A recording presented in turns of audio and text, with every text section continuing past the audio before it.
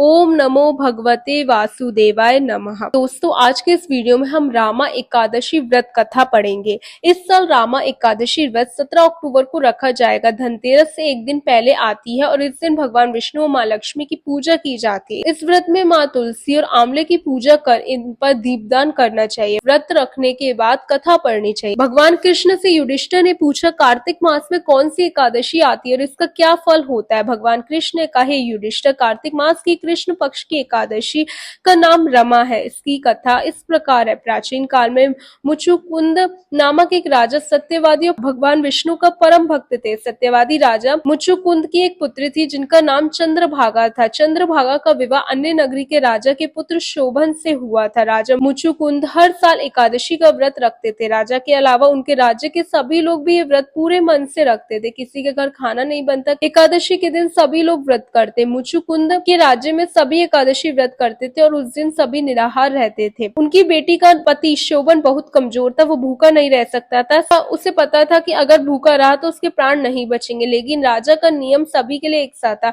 ऐसे में शोभन ने तय किया कि वह एकादशी व्रत करेगा। चंद्रभागा को यह चिंता होने लगी कि उसका पति भूखा कैसे रहेगा। शोभन ने भगवान पर भरोसा करके व्रत कर लिया, लेकिन जैसे जैसे समय आगे बढ़ा वह भूख प्यास सहन न कर सका। सुबह पारण करने से पहले ही उसकी मृत्यु हो गई। पति की मृत्यु से चंद्रभागा बहुत दुखी हुई। शोभन को उसके एकादशी व्रत के फल स्वरूप अगले जन्म में मंद्राचल पर्वत के राज्य में राज मिला। एक दिन राजा मुचुकुंद मंद्राचल पर्वत पहुंचे तो उन्होंने अपने दामाद को देखा तो प्रसन्न हो गए। राजा ने अपनी पुत्री चंद्रभागा को बताई तो वह प्रसन्न हुई। इसके बाद चंद्रभागा ने भी रमा एकादशी का व्रत किया और इस व्रत के शुभ फल से वह अपने पति के पास चली गई। तो दोस्तों, एकादशी का व्रत सब व्रतों में सर्वश्रेष्ठ है और सबसे ज्यादा पुण्यदायी है। तो ऐसी और वीडियोस के लिए चैनल को सब्सक्राइब करना ना भूलें। जय विष्णु भगवान।